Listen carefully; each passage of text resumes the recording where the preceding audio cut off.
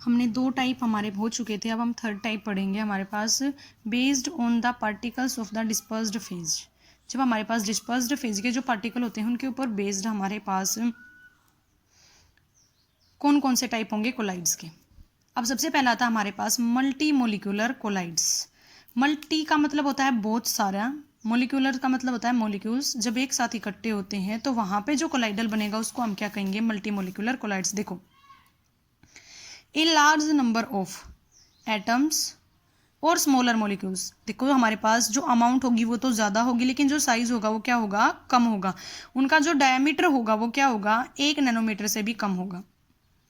जब वो इकट्ठे हो जाएंगे तो वहां पे हमारे पास जो नई स्पीसीज फॉर्म होगी उसका साइज होगा वो कोलाइडल रेंज का होगा। जैसे देखो गोल्ड का सॉल्यूशन होता है, सल्फर का जो सॉल्यूशन होता है वो क्या होंगे, इसी के एग्जांपल होंगे मल्टी मोलिकुलर। जब बहुत सारे छोटे छोटे मोलिक्यूल्स, ऐसे मोलिक्यूल्स जिनका साइज है वो 1 नैनोमीटर से भी क्या हो, कम हो, एक दूसरे के साथ इकट्ठे हो जाते हैं तो उनको हम क्या कहते हैं, मल्टी मोलिकुलर कोलाइड्स। नेक्स्ट आता है हमारे पास मैक्रो मोलिकुलर। मैक्रो का मतलब होता है लार्ज साइज्ड। ठीक है बेटा, मैक्रो का मतलब क्या होता है, लार्ज साइज। जब लार्ज साइज मोलिक्यूल्स, ठीक है, जब आपस में एक साथ इकट्ठे हो जाते हैं किसी सुटेबल लिक्विड के साथ, तब वो एक सॉल्यूशन फॉर्म करते हैं तो उसको हम क्या कहेंगे, मैक्रो मोलिक्यूल्स। जैसे नाइलॉन, ये हमने पढ़ा था, हमारे पास 15 जो चैप्टर आया था उसके अंदर था, और पॉलीथीन, ये सारे उसी के एग्जाम्पल होंगे। ठीक है बेटा, तो मैक्रो मोलिक्यूल्स में क्या हो गया कि बहुत बड़े साइज के मॉलिक्यूल्स जब आपस में एग्रीगेट होते हैं और वहां पे जो सॉल्यूशन फॉर्म होता है तो उसको हम क्या कहेंगे, मैक्रो मोलिकुलर कोलाइड्स।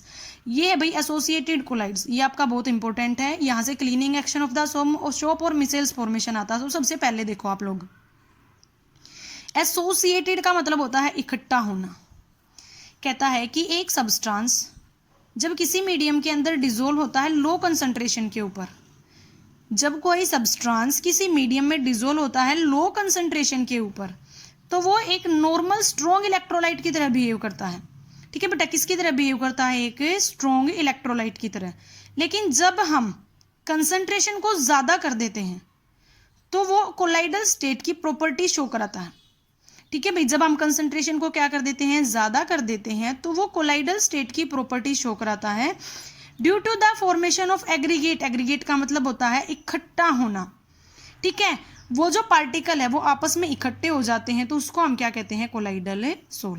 भाई कोई ऐसा सब्सटेंस जो लो कंसंट्रेशन पे तो एक स्ट्रॉन्ग इलेक्ट्रोलाइट की तरह बिहेव करे, लेकिन हाइयर कंसंट्रेशन के ऊपर वो कोलाइडल स्टेट फॉर्म कर ले। जब वो कोलाइडल स्टेट फॉर्म करेगा तो पार्टिकल्स हैं वो एक दूसरे के साथ एग्रीगेट होंगे, और एग्रीगेट होंगे तो उसको हम क्या कहेंगे, एसोसिएटेड कोलाइड्स। ठीक है, अब एसोसिएटेड कोलाइड्स में आगे देखो, ये जो एग्रीगेट पार्टिकल हमें मिले हैं उसको हम कहेंगे, जो पार्टिकल इकट्ठे हो गए जो फॉर्म हो जाएंगे उसको हम क्या कहेंगे, मिसेल्स। ठीक है, और जिस टेम्परेचर के ऊपर ये मिसेल फॉर्मेशन टेक्स प्लेस करेगी उसको हम क्या कहेंगे, क्राफ्ट टेम्परेचर। और जो कंसंट्रेशन होगी उसको हम क्या कहेंगे, क्रिटिकल मिसेल कंसंट्रेशन। इसको हम लिखते हैं यहाँ पे CMC, क्रिटिकल मिसेल कंसंट्रेशन। ठीक है बेटा, तो जो एसोसिएटेड कोलाइड हैं इकट्ठे हुए, तो इकट्ठे होने के बाद जो हमें मिल जाएगा उसका नाम क्या हो जाएगा, मिसेल्स। और जिस टेम्परेचर के ऊपर ये मिसेल फॉर्मेशन टेक्स प्लेस करेगी उसको हम क्या कहेंगे, क्राफ्ट टेम्परेचर। और जो कंसंट्रेशन होगी उसको हम क्या कहेंगे, क्रिटिकल मिसेल कंसंट्रेशन। अब देखो मिसेल फॉर्मेशन कैसे टेक्स प्लेस करती है, सबसे पहले हम पढ़ेंगे। तो मिसेल फॉर्मेशन में हम कॉमन सा एग्जांपल लेके चलेंगे सोप का। हमारे डेली लाइफ में जो साबुन यूज होता है उसमें मिसेल फॉर्मेशन का फिनोमिना टेक्स प्लेस करता है। तो वो देखो, हमारे पास साबुन का फॉर्मूला होता है RCOONA। यहाँ पे R है वो किसको डिनोट करता है, कार्बन चेन को। COONA डिनोट करता है सोडियम सिट्रेट को। ठीक है, ये कार्बोक्सिलिक एसिड में से CH2 लिया हुआ है यहाँ पे, और ये Na लिया हुआ है। ठीक है, तो यहाँ पे ये सोडियम सिट्रेट बन गया। अब देखो, इस R की जगह पे हम कार्बन चेन लिख सकते हैं CH3, CH2 16, COO नेगेटिव और Na पॉजिटिव। जब हम इसको नेगेटिव और पॉजिटिव में पार्ट में डिवाइड करेंगे तो हमारे पास ये वाला जो पार्ट होगा ये नेगेटिव होगा, और जो ये वाला पार्ट होगा ये पॉजिटिव होगा। जब हम इसको वाटर में डिसॉल्व करते हैं तो वाटर में डिसॉल्व करेंगे तो डिसोसिएट हो जाएगा, अलग अलग हो जाएंगे। ये RCOO नेगेटिव पार्ट है वो एक साइड चला जाएगा, और Na पॉजिटिव पार्ट है वो एक साइड हो जाएगा। अब देखो ये RCOO जो नेगेटिव पार्ट है इसमें के अंदर दो पार्ट होते हैं। एक तो R जो कि नॉन पोलर है, लॉन्ग हाइड्रोकार्बन चेन। यहाँ पे R है वो क्या है, नॉन पोलर है, लॉन्ग हाइड्रोजन कार्बन चेन है जो कि हाइड्रोफोबिक होगी। हाइड्रो का मतलब होता है वाटर और फोबिक का मतलब होता है हीटिंग। जैसे हमने लायोफोबिक और लायोफिलिक में पढ़ा था, तो लायो का मतलब लिक्विड था और फोबिक का मतलब क्या था, हीटिंग। तो यहाँ पे क्या हो जाएगा, हाइड्रो का मतलब वाटर और फोबिक का मतलब क्या हो जाएगा, हीटिंग। नेक्स्ट इसके अंदर नेक्स्ट पार्ट जो होगा वो होगा COO नेगेटिव। नेगेटिव है, ये एक पोलर ग्रुप होता है जिसको हम हेड बोलते हैं, जिसको हम क्या बोलते हैं, हेड बोलते हैं। ये हाइड्रोफिलिक होगा नेचर में, मीन्स वाटर लविंग होगा। हाइड्रो का मतलब वाटर और फिलिंग का मतलब क्या होगा, लविंग। अब देखो R है वो टेल है जो वाटर हीटिंग है, COO नेगेटिव है वो हेड है जो वाटर लविंग है। अब देखो सबसे पहले हमने क्या किया, ये हमारे पास एक कंटेनर है जिसके अंदर हमने वाटर डाला है। RCOO नेगेटिव आयन को हमने किस में डाल दिया, वाटर में डाल दिया। जब वाटर में डालेंगे तो वाटर लविंग पार्ट है वो वाटर के अंदर जाएगा। वाटर लविंग पार्ट कौन सा है, COO नेगेटिव। और जो वाटर हीटिंग पार्ट है वो सरफेस के बाहर रहेगा। तो COO नेगेटिव आयन है वो सरफेस के ऊपर प्रेजेंट रहेंगे। COO नेगेटिव ग्रुप है वो तो वाटर में रहेगा और R है वो वाटर से बाहर रहेगा। जैसे ही हम कंसंट्रेशन को लो रखते हैं तो ये ऐसे रहेगा, सेम भी सरफेस के ऊपर रहेगा। लेकिन जैसे ही हमने कंसंट्रेशन को हाई कर दिया, जैसे ही हमने कंसंट्रेशन को क्या कर दिया, हाई कर दिया, ये पार्टिकल्स हैं वो इकट्ठे हो जाएंगे, एग्रीगेट फॉर्म कर लेंगे। अब देखो ये इकट्ठे हो गए, ये सर्कल बन गया। अब जो हमारे पास टेल थी वो वाटर हीटिंग थी, तो वो इस सर्कल के अंदर रहेगा। इस सर्कल के अंदर पानी नहीं है बिल्कुल भी, इस सर्कल के बाहर पानी है। तो जो वाटर लविंग पार्ट है, COO नेगेटिव पार्ट है वो कहाँ रहेगा, वाटर के चारों साइड में रहेगा। समझना इस बात को। जो हमारे पास ये स्पीयर बना है, ये पार्टिकल आपस में इकट्ठे हो गए तो स्पीयर के अंदर पानी नहीं होगा। तो जो हमारे पास R होगा, जो हाइड्रोकार्बन चेन होगी वो स्पीयर के अंदर रहेगी। और ये नेगेटिव पार्ट है ये सरफेस के ऊपर रहेगा जो कि पानी के अंदर क्या रहेगा, डिजोल्व रहेगा। और ये जो पॉजिटिव निशान आपको दिखाई दे रहे हैं ये Na के हैं, सोडियम Na पॉजिटिव है यहाँ पे। तो देखो ये जो स्पीयर यहाँ पे फॉर्म हुआ बेटा, इसको हम क्या कहेंगे, मिसेल फॉर्मेशन। जब तक कंसंट्रेशन लो थी ये एज इट इज रहेंगे सरफेस के ऊपर, लेकिन जब हमने कंसंट्रेशन को हाई कर दिया, जब हमने कंसंट्रेशन को क्या कर दिया, हाई कर दिया, तो हाई करते ही के साथ क्या होगा कि ये आपस में एग्रीगेट हो जाएंगे। जो वाटर लविंग पार्ट है वो वाटर के साइड रहेगा और वाटर हीटिंग पार्ट है वो वाटर से दूर हो जाएगा। ठीक है बेटा, तो ये टोटल मिसेल फॉर्मेशन हो गया। अब हम देखेंगे कि हमारे घरों में जो साबुन यूज होता है उसका क्लीनिंग एक्शन क्या होता है।